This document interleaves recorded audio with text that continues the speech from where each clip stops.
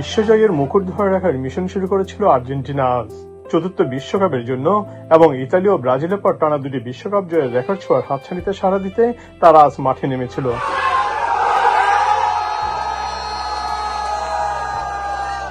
বিশ্বকাপে এইবারের প্রথম হ্যাট্রিক মেসির হাত ধরেই।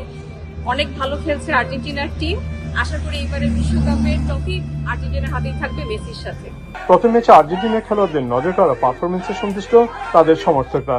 প্রথমবারের মতো ষষ্ঠ বিশ্বকাপ খেলা তারকা ফুটবলার মেসি ছিলেন বেশ অপ্রতিভ। দেশের হয়ে 200তম ম্যাচটিতে তিনি হ্যাট্রিক করে তা স্মরণীয় করে রাখলেন।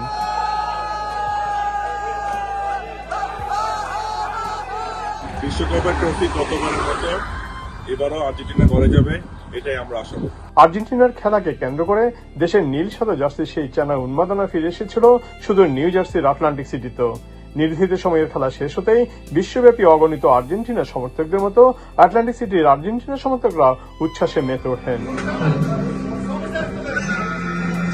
আমরা আশাবাদী মেসির হাতে উঠবে এবারের বিশ্বকাপ। Messi the great. আজকের এই বিজয়ে আমরা আশাবাদী এবারও আর্জেন্টিনা জিতবে।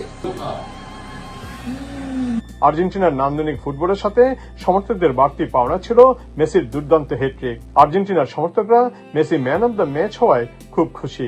আর্জেন্টিনার সমর্থকরা আশাবাদী পরবর্তী ম্যাচগুলোতে আর্জেন্টিনার জয়যাত্রা অব্যাহত থাকবে এবং বিশ্বকাপের মুকুট ধরে রাখবে।